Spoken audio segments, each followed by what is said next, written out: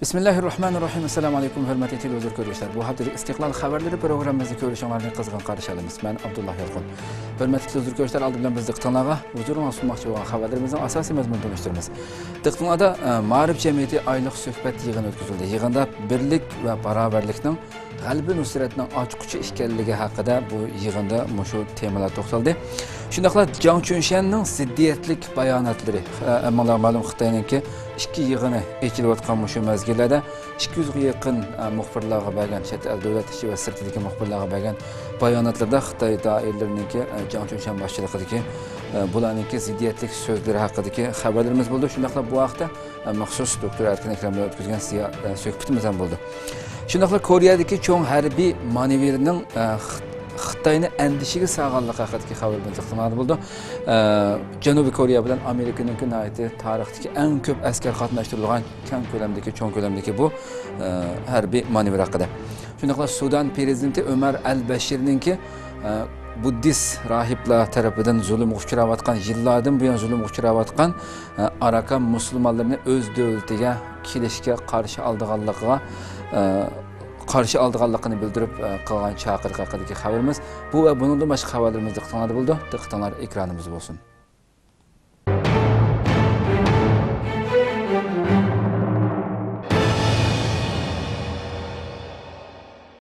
Ma'rif jamiyatida oylik suhbat yig'ini o'tkazildi. Sharq Turkiston Ma'rif va hamkorlik jamiyatida 3-oylik uchrashuv o'tkazildi. Suhbatda birlik barobarlikning g'albi nusratning ochquchi ekanligi ta'kidlandi. İstanbul'da faaliyet elib berayotgan Sharq Turkiston Ma'rif va hamkorlik jamiyatida har oyda o'tkazilib kelayotgan oylik uchrashishning bu oylig'imi muvaffaqiyatli o'tkazildi. Juma kuni kech jamiyatning chapidagi markazda elib berilgan uchrashishga muhojiratda yashayotgan har sohadagi Uyg'urlar ishtirok qildi. Suhbat boshlanishidan burun Gollandiyada yashab olamdan o'tgan marhum Abdurazzoq Bayroq apandining ruhiga atab duo tilovat qilindi. Suhbat Qur'on tilovati bilan boshlandi.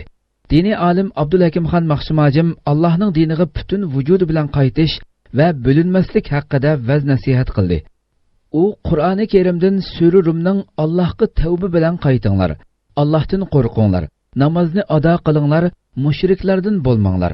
Sizlar dinda ixtilof qilishib, firqa bo'lib, har firqa o'z dini bilan xo'shallandiganlardan bo'lmanglar degan oyatlarni tarjima qilib, qisqacha tafsirlab o'tdi. Hozirgi sharoitda o'zimizni yuqorqi oyatning ruhi bo'yicha isloh qilishning har qaysi sohalarda din uchun musulmonlarning, jumladan Sharq Turkiston musulmonlarining islomiy ozodligi uchun xizmat qilayotganlarga to'g'ri pozitsiyada qarash, o'zaro hurmatlash, ittifoqlasholmagan taqdirdami bo'linmaslik, bir-birining haqqida duo qilishning naqadar muhim ekanligi haqida to'xtaldi. Birlik barobarliksiz natijaga erishilmaymiz, erishilmaydi. Bu xil turdaki Allah ve Allah'ın peygamberi çekilgen bundan paslık, kalaklıktan biz tamamen özümüzde ıslahlaşımız lazım, özümüzde kutkuluşumuz lazım. Yakın kulağısı galben, nicatlık, dünya ve ahiretin bahtı gelişiş birlik beraberlikle bağlıdır. Birlik beraberlik muşkıltki ansızlıklara hatim bir iş vardır. Muşkıltki ansızlıklara hatim bir iş her bir şahsının insanlığı vardır. Hemmeden insaf kılış lazım. Her karşı sahalardan mehri muhabbetini, inak ittifakını, kırındaşlık, kuşayısıkan, gerçsiz iş erkek tutmuş lazım. Arqadan dini alim İbrahim Damollam Allah'ның yolda ümitsizlenmeslik, lekin ziyade hayacan ve yengilteklik bilan mu hareket qilmaslik to'g'risida Qur'oni Karim oyatlari va hadis shariflardan misol keltirib tabliq qildi. Umid, birlik, ittifoqlikning da'voyimizda g'alaba qilishning ochquchi ekanligini ta'kidlab o'tdi. Uchrashuv kollektiv duo qilish bilan oxirlashdi. Allah davada, ahda, amanetin üstü geliş yollarda, mesuliyetini ada kılış yollarda müstehkem tuğallah alem beraber. Uyg'urlar Türk dünyası şəhərlik hökumətlər birligini ziyaret qildi. Sharq Turkiston Ma'rif va hamkorlik jamiyatining idora hay'at rahbarlari Osmanlı hüccetlerinde Şarkı Türkistan namlı kitabını nashr qildirgan Türk Dünyası Şəhərlik Hükümetler Birliğini ziyaret qildi ve Şarkı Türkistan xalqining minnatdorligini yetkizdi. Şarkı Türkistan Ma'rif ve Hemkarlık Cemiyetining idari hay'at rahbarlari Osmanlı hüccetlerinde Şarkı Türkistan namlı kitabını nashr qildirgan Türk Dünyası Şəhərlik Hükümetler Birliğini ziyaret qildi ve Şarkı Türkistan xalqining minnatdorligini yetkizdi. 4 Mart Cuma günü tushdan keyin Şarkı Türkistan Ma'rif ve Hemkarlık Cemiyetining raisi Hidayatullah Oğuzxon boshchiligidagi jamiyat rahbarlari Türk Dünyası Şəhərlik Hükümetler Birliğini ziyaret qildi. Birlikning bosh kotibi Doktor Fahri Solak jamiyat rahbarlarini kutib oldi. Hidayatullah Oğuzxon Türk Dünyası Şəhərlik Hükümetler Birliğining Osmanlı hüccetlerinde Şarkı Türkistan namlı kitabını nashr qildirganligiga jamiyat ve Şarkı Türkistanliklar nomidan rahmat aytadiganligini bildirdi. Ziyaret jarayonida jamiyat rahbarlari Doktor Fahri Solak bilan Şarkı Türkistanning tarixiy yaqinqi vaziyati haqida fikr almashtirdi. Mutaxassislarning qarashicha Türk Dünyası Şəhərlik Hükümetler Birliği tarafidan nashr qilingan Osmanlı hüccetlerinde Şarkı Türkistan namlı 581 betlik cho'ng hajmli kitap Osmanlı Şarkı Türkistan munosabatlariga oid muhim bir tarixiy bo'shliqni to'ldirdi ekan. İstanbul'da açılgan dünya musulmonlarining vaziyati yig'inida Şarkı Türkistan o'ttirg'a qo'yildi. İstanbul'da dünya musulmonlarining vaziyati Arakan, Suriye ve Şarkı Türkistan temasida yig'in o'tkazildi. Yig'inda Şarkı Türkistan haqida ma'lumot berildi ve Şarkı Türkistan vaziyati haqida ishlangan film ko'rsatildi. 6 Mart kech İstanbulning Asiya tarafidagi afsona to'y markazi zalida o'tkazilgan bu yig'inni Okur Der namli bir ommaviy tashkilot uyushtirgan bo'lib, Şarkı Türkistan Ma'rif ve Hemkarlık Cemiyetining bosh kotibi Abdulahad Abdurahman Uyg'urlarga vakolatan taklif bilan qatnashdi. Mingdan ortiq kishi ishtirok qilgan bu yig'in Qur'oni Karim tilovati bilan boshlandi. Okur jamiyatining boshlig'i ichilish nutqi so'zlagandan keyin Abdulahad Abdurahman sahnaga taklif qilindi. U Şarkı Türkistanning tarixiy, jo'grafiyasi, ahamiyati, ishg'oldan keyingi mazgili va hozirgi vaziyati haqida to'xtaldi. Uning so'zi yarim soatdan oshiqroq davomlashdi. Yig'inda yana Arakan va Suriya musulmonlarining vakillari navbat bo'yicha so'z qildi. She'r deklamatsiya qilindi. Garchi bu yig'inning temasi dunyo musulmonlarining vaziyati bo'lsa-mu, lekin yig'inda asosan Sharq Turkiston temasi asosli o'rinda turdi. So'z qilg'ichlarning hammasi Sharq Turkiston vaziyatini tilga olib o'tdi. Yig'in oxirida Sharq Turkistonning vaziyati haqida ishlangan 30 minutlik film qo'yildi.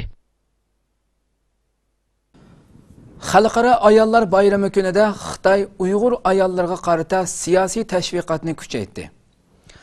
Xitoy doiralari 8 Mart Xalqaro ayollar bayramidan foydalanib, Uyg'ur ayollarga qaratilgan siyosiy tashviqotni kuchaytirishga urindi. 1977-yili Birlashgan Millatlar Tashkiloti qurultiyi bir qaror ma'qullagan bo'lib, har qaysi davlatlarni o'zining tarixiy va milliy an'ana, urf-odati bo'yicha bir yil ichidagi ma'lum bir kunni tanlab Birlashgan Millatlar Tashkiloti ayollar huquqi va dunyo tinchlik kuni qilishga taklif qilgan. Xalqaro ayollar bayrami bo'lsa 3-oyning 8-kuni qilib bekitilgan.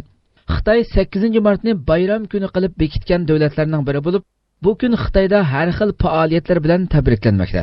Xitoy ishg'oli ostidagi Sharq Turkistonda bo'lsa, ayollarning haq-huquqlari, siyosiy, iqtisodiy va ijtimoiy ishlarda qo'lga keltirgan muvaffaqiyatlarini tabriklash maqsad qilingan bu kun suiiste'mol qilinib, ayollarga qarata siyosiy tashviqot kuchaytirilgan.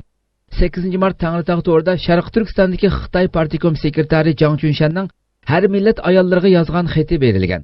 Xatda Jang Chunshan ayollardan millatlar ittifoqligi va ijtimoiy muqimlikni ilgari surguvchilardan bo'lishni talab qilgan. Sharq Turkistonning har qaysi joylarida ayollar atalmish asabiylikni tugutish, millatlar ittifoqligi qatorliq temalarda imzo qo'yish, qasam berishdek turli shakldagi siyosiy tashviqot faoliyatlariga uyushtirilgan. Kuzatuvchilar Xitoyning Uyg'ur musulmon ayollarga bayramni zo'rma-zo'r tengib, ularni bundoq faoliyatlarga selishini, ayollarga hurmat qilganlik, haq huquqini qo'g'diganlik bo'lmasdan, balki ularga haqorat qilganlik, haq huquqiga daxli taruz qilganlik bo'ldi deb ko'rsatdi. Uyg'ur ayollarining vaziyati diqqat tortdi. Xalqaro ayollar bayrami munosabati bilan Turkiyada elib berilgan bir qism faoliyatlarda e'lon qilingan bayonotlarda qatmuqat besim ostida yashayotgan Uyg'ur ayollarining vaziyati tilga olindi. Sharq Turkiston Madaniyat va hamkorlik jamiyati ayollar bo'limi boshlig'i Robiya Elektrik xonim tomonidan e'lon qilingan bayonotda Uyg'ur ayollarining tug'ish huquqining qo'lidan elinganligi bayon qilingan. Bayonotda mundaq deyilgan: Sharq Turkistonlik ayollar ona bo'lish huquqidan va shafqat bilan cho'ng qiladigan bir farzandga jon berish huquqidan mahrum qilindi. Ularning ona bo'lishi cheklandi. Xitoyning asli maqsadi planliq tug'ut nupus siyosati emas, balki Sharq Turkiston xalqini assimilyatsiya qilish va kelgusini yo'q qilishdir. Tug'ut cheklash siyosati ostida bovoqlar elib tashlanganga o'xshash necha minglagan ona hayotidan ayrildi. Necha minglagan ona tug'mas holga keltirildi. Bayonotda yana Uyg'ur onalarining eng cho'ng tragediyalaridan birining begunoh tutilib turmalarga qamilayotgan yoshlarning orqasidan yuraklari pari-pari bo'lib azob ichida ko'z yoshi to'kishi ekanligini bildirgan. Sharq Turkiston Ma'rif va hamkorlik jamiyati ayollar bo'limi boshlig'i Munavvar Uyg'ur xonim 8 mart xalqaro ayollar bayramining Uyg'ur ayollari uchun hech qanday ma'no ifoda qilmaydiganligini, chunki Uyg'ur ayollar butun insoniy haq huquqidan mahrum qilinganligini, dunyodagi boshqa ayollardek haq huquqqa ega bo'lib yashash kerakligini, buning uchun kurash qilish kerakligini ifodaladi. Turkiya Ma'murlar uyushmasi Ayollar komiteti 8 mart Dunyo ayollar bayrami munosabati bilan muxbirlarni kutib olish yig'ini uyushtirdi va xalqaro jamoatni Suriya, Misr, Falastin, Sharq Turkiston, Iroq, Bosniya, Hersekdagi ayollarga qarata yurgizilayotgan zulmlarga xotim berish uchun birlikda harakat qilishga chaqiriq Bayonotda mundaq deyildi: Suriyada, Misrda, Falastinda, Sharq Turkistonda va Bermada, Iroqda, Bosniya, Hersekda biz xohlamaydigan tragediyalar yuz beryapti.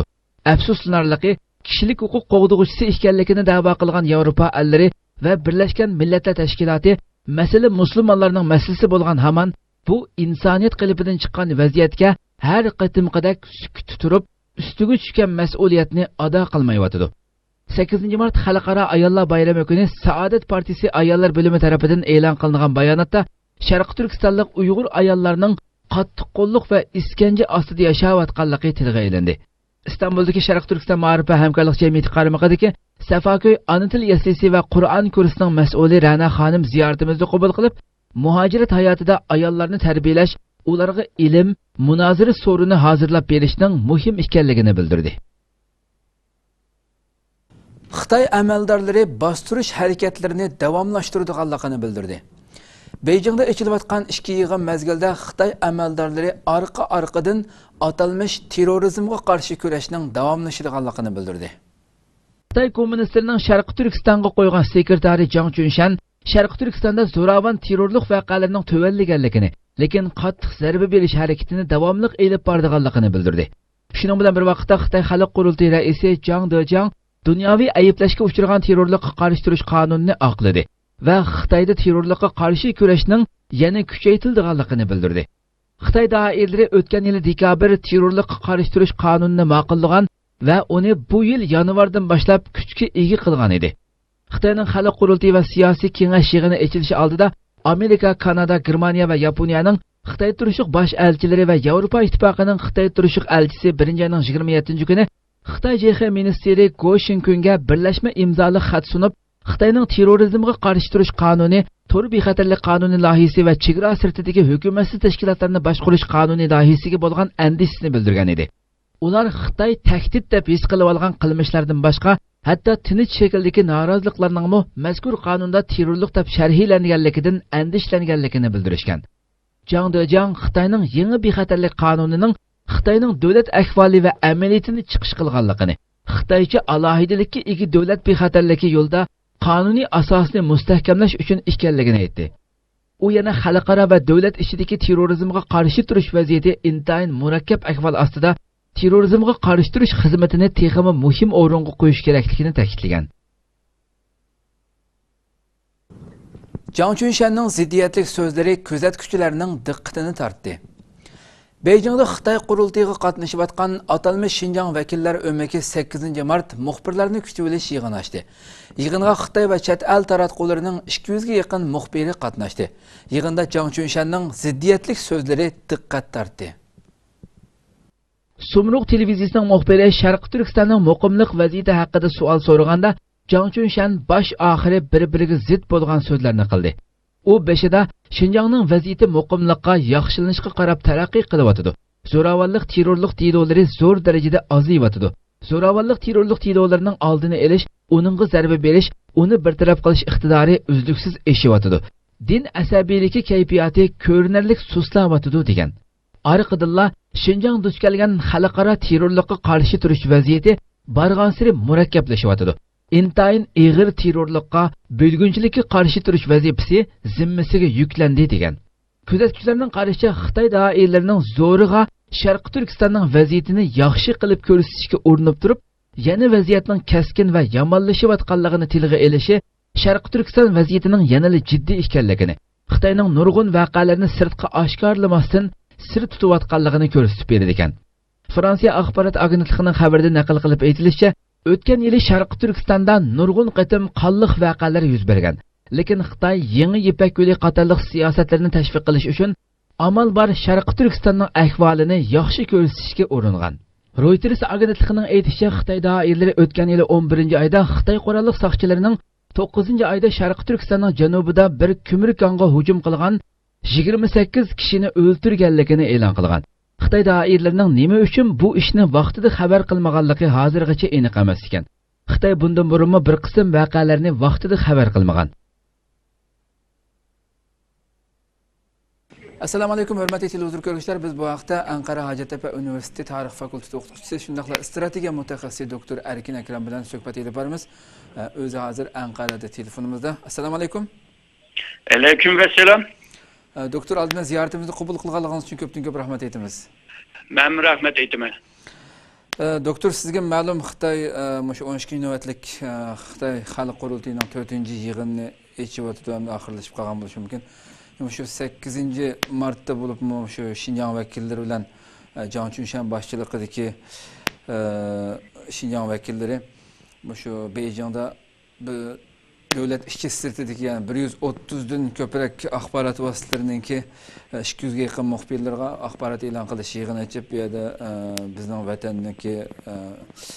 vatandagi taraqqiyotlar, vatandagi Şinjanning muqimligi hamda ularning tili bo'yicha aytganda zo'ravonlik qarshi turish, terrorlik qarshi turishlar to'g'riliq muxbirlarning savollariga javob berdi.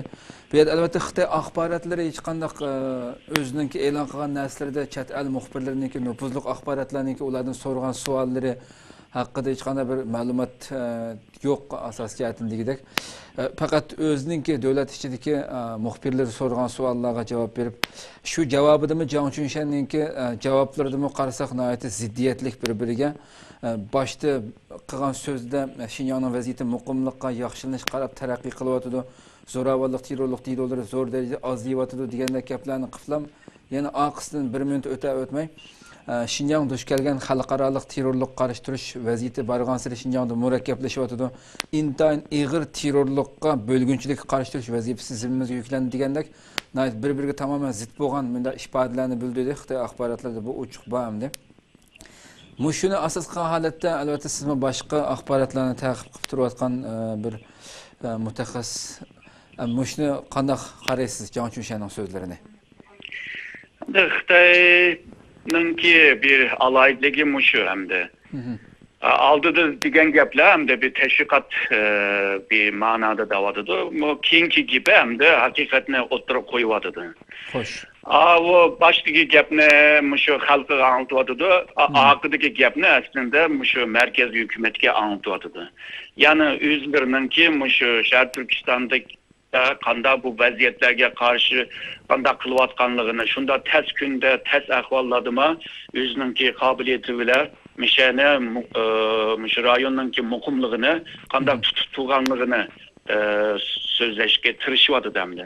Bu yalnızlı bu kıtımki yığın emas, burunki yığınlardı mı? Yani okşaş gaplar bular. Hoş. Şununla bu Xitayninki şundak ifadelerini, şu hakikat tarafını okup, ondan keyin memleketninki vaziyetini ajna qilib tushgansi bo'ladi demdi. Erdoğan ayollar farzand tuqqanligi sababidan jazoga uchirmasligi kerak dedi. Türkiye Haq, Adalet ve İş Uyuşmasi tarafidan uyushtirilgan 5-qatimli xalqaro xonim qizlar yig'inib qatnashgan Türkiye Cumhuriyeti Reisi Recep Tayyip Erdoğan ayollar haqida muhim so'z qildi. Yig'inda so'z qilgan ayollardan biri Erdo'g'anni yig'latdi. 8 mart Xalqaro ayollar bayrami kuni munosabati bilan Türkiye Haq, Adalet ve İş Xizmat Uyushmasi tarafidan uyushtirilgan 5-qatimli xalqaro xonim qizlar yig'iniga qatnashgan Türkiye Cumhuriyeti Reisi Recep Tayyip Erdoğan yig'inda so'z qilib, ayollarning haq-huquqlarining qo'g'dilishi kerakligini ta'kidladi va ayollar farzand tuqqanligi sababidan jazolantirilmasligini, balki farzand tug'ib berganligi uchun mukofotlanib, hurmatga sazovor bo'lishi kerakligini ta'kidladi va ayollarga haqsizlik qilish butun insonlarga haqsizlik qilganligi hisoblandi. Adolat mayli er bo'lsin, mayli ayol bo'lsin, mayli o'smir bo'lsin, mayli yashangan kishi bo'lsin, butkul insonlarga munosabatlik muhim bir masala. Shuni alohida ta'kidlaymanki, ayol bo'lmagan yerda insonning bo'lishi mumkin emas dedi. Asıl olan kadının nisa yani insan sıfatıyla kabul edilmesidir. İşte kitabımız Kur'an-ı Kerim bir sureyi nereye ayırmış? Kadına. Nisa suresi. İşte o zaman eşitliği değil, adaleti tartışmaya başladığımızı göreceğiz. Adalet, erkek, kadın, çocuk, yaşlı demeden tüm insanları ilgilendiren bir sorundur.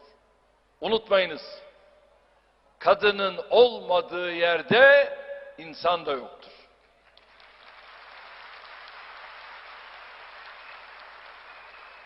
Bunun için kadın olmak, peşinen imtiyazlı olmak demektir.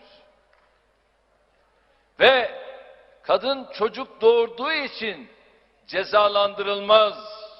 Tam aksine kadın çocuk doğurduğu için mükafatlandırılır.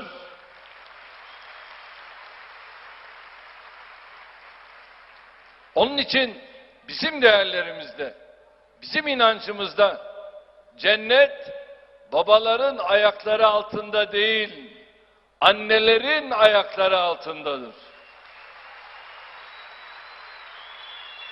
Onun için annelerin ayaklarının altı öpülür.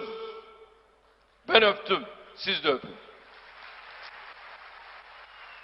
Yig'inda yana ishchilarga vakolatan so'z qilgan Xadija Gungur xonimning Jumhur raisiga qilgan xitobi salondagi nurg'un kishilarga o'xshash Jumhur raisi Erdo'g'onni yig'latdi. U 2 yil ilgari Erdo'g'onga yozgan xatini asriltib, shu maktubidagi duosini salonda qayta o'qib o'tdi. Uning duosining eng ta'sirli yeri Rabbim agar mening umrim bo'lsa, uningga ber degan yeri bo'lib, salondagi hammalarni hayajonlantirdi. Duoning hammasini tarjima qilish ehtiyoji his qilmadik. Chunki uning duosini anglagan har qanday kishi to'liq tushuna oladi. Tuvanda diqqatinglar uning duosida bo'lsin. Allah'ım, Cumhurbaşkanımıza hayırlı uzun ömür ver. Allah'ım, Cumhurbaşkanımızın hizmetlerini tamamına erdirmeyi nasip et.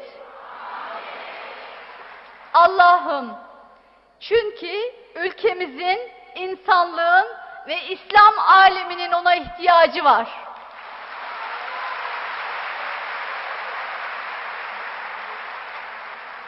Şayet buna ömrü vefa etmeyecekse ve benim ömrüm var ise Rabbim lütfen benim ömrümü ona ver.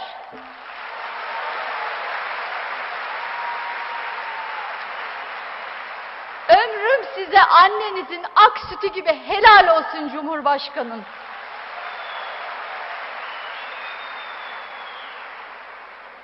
Benim 2 tane yavrum var.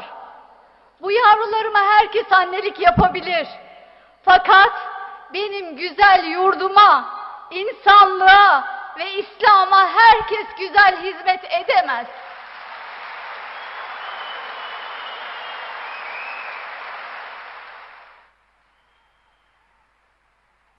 Polat tömür zavodlarini taqash Sharq Turkistonda eng cho'ng besim shakllantirgan. Xitoy doiralari polat tömür va ko'mir sohasidagi ishlab chiqarish, eshib ketish masalasini hal qilish uchun bir turkum polat tömür va ko'mir ishlab chiqarish korxonalarini taqashni planlagan. Chet el matbuotlarining bildirishicha, bu sohalardagi zavodlarni taqashning Sharq Turkistonga ko'rsatgan ta'siri texmi cho'ng bo'ldi ekan. Germaniya do'lqinlari to'rining xabar qilishicha, Sharq Turkistonda polat tömür ishlab chiqarish miqdori 10 million tonnaga yetadigan bo'lib, Amerikaning yillik polat tömür ishlab chiqarish miqdorining 10dan 1ga teng keladi ekan. Hozir Sharq Turkistonda polat tömür ishlab chiqarishni azaytish plani Xitoyga zo'r xiris elib keldi ekan. Beijing chuqum ish o'rinlarining ozayib ketishining muqimlikqa ta'sir ko'rsatmasligiga kafolat qilishi kerak ekan. Xitoy bo'lsa to'qimachilikqa ilhom berish orqali bo'shliqni to'ldirmoqchi bo'lgan.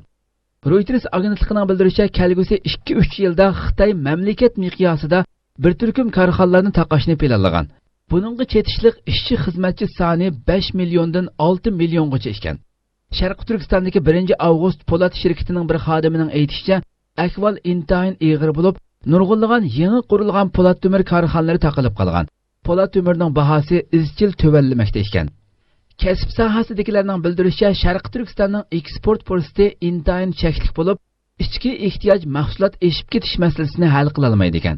Xabarda aytilishicha, Sharq Turkistondagi po'lat temir korxonalaridagi ishchilar asosligi Xitoylar ekan.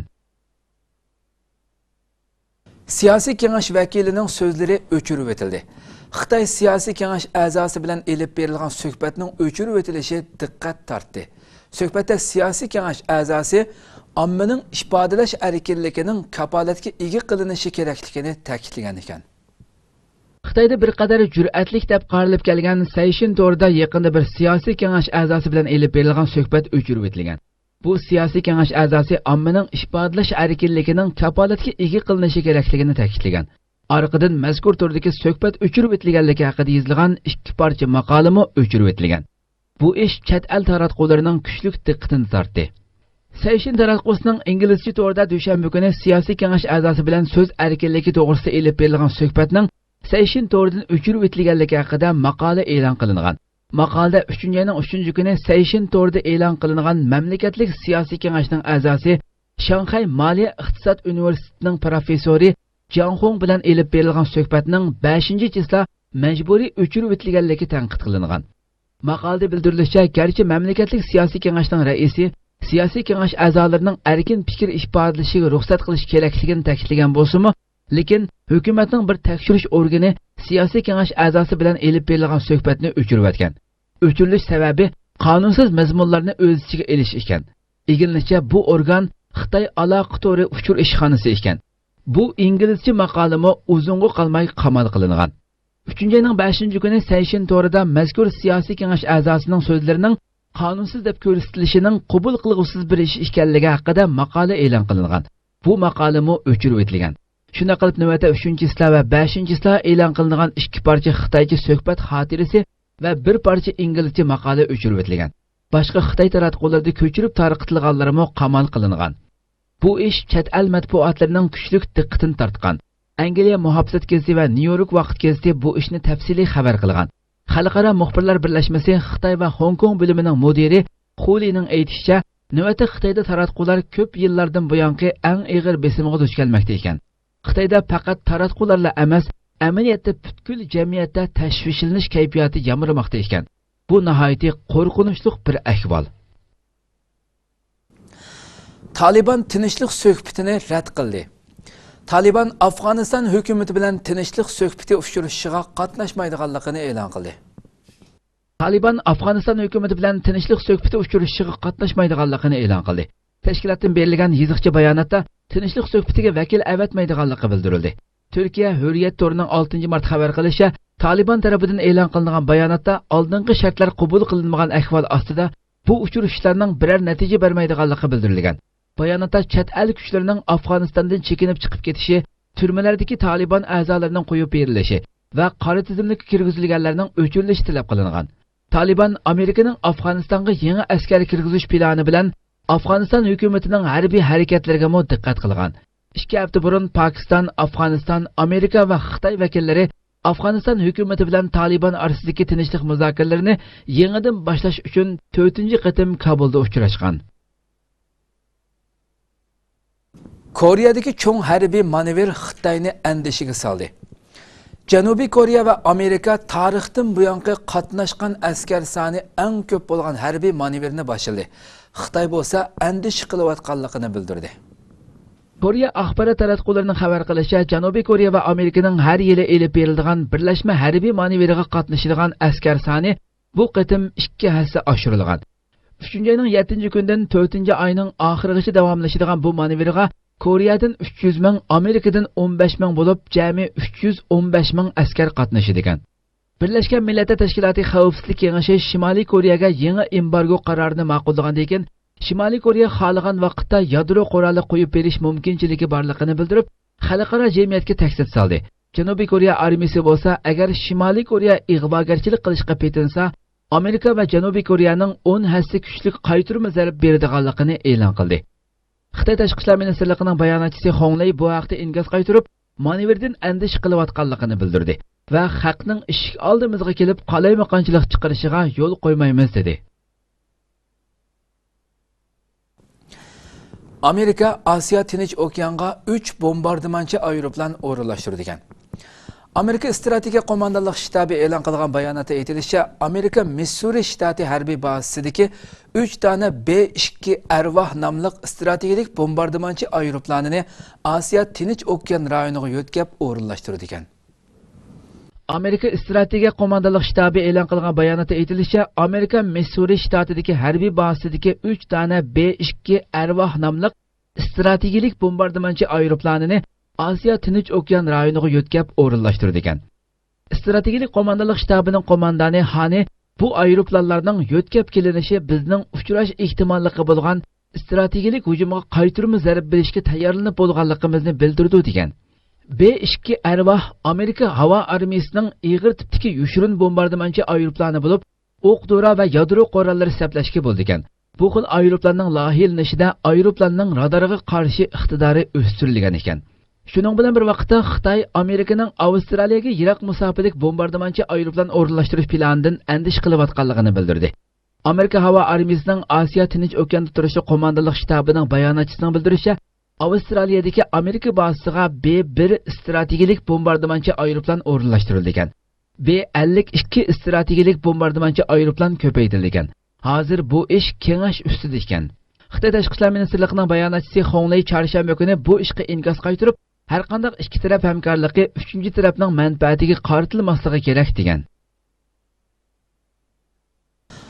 Xartum Arakan musulmonlarini Sudanga kelib o'ltiraqlashishga chaqirdi.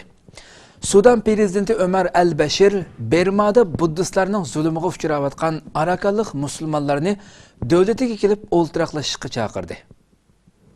Sudan prezidenti Ömer Al-Bashir Birmada buddistlarning zulmiga uchragan arakanlik musulmonlarni davlatiga kelib o'ltiraqlashishga chaqirdi.